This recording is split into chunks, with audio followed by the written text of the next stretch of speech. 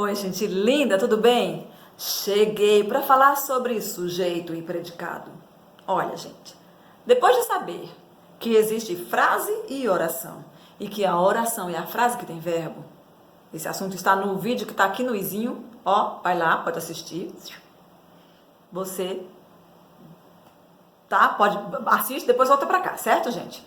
Frase e oração, é aquele vídeo lá. Aqui nós vamos falar que a oração tem sujeito e predicado, ok? É claro que tem muita coisa para se falar sobre sujeito, tem oração que não tem sujeito, mas basicamente nós temos que, como um primeiro passo para estudar esse assunto, é interessante saber que existe sujeito e predicado.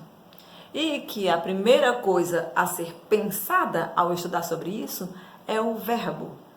Temos vídeo aqui ensinando como identificar um verbo na frase, tá? Pode assistir, tá no izinho, vou botar agora, tá?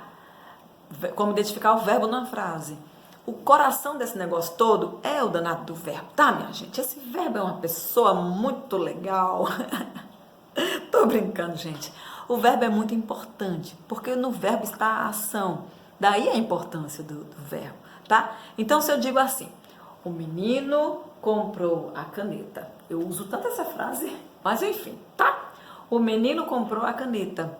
A ação dessa frase aí está na compra, no comprou, o ato de comprar, ok? Que é o verbo. O verbo é a palavra que contém a ação nessa frase. O menino comprou a caneta.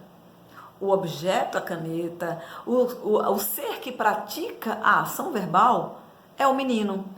Esse é o sujeito, tá? Então, o que é o sujeito numa frase? O sujeito é o ser que pratica a ação verbal. Temos muito mais a falar sobre isso. Isso não é o resumo de tudo, não é o conceito final do que significa ser o sujeito de uma oração.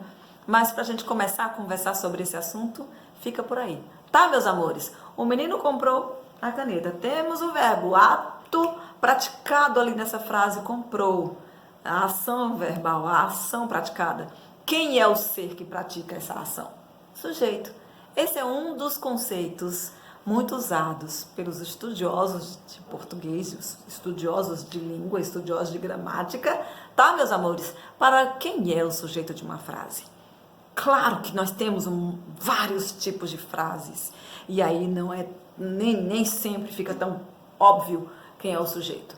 Nós vamos estudar aos poucos, tá? Sujeito, o ser que pratica a ação verbal. O menino comprou a caneta. O menino é o sujeito dessa frase. Tá bom, minha gente linda? Tchau!